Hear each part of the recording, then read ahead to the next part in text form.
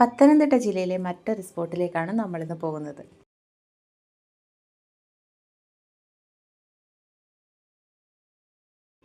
പത്തനംതിട്ട ജില്ലയിലെ ചുങ്കപ്പാറ എന്ന് പറയുന്ന സ്ഥലത്താണ് ഈ ഒരു സ്പോട്ട് സ്ഥിതി ചെയ്യുന്നത്.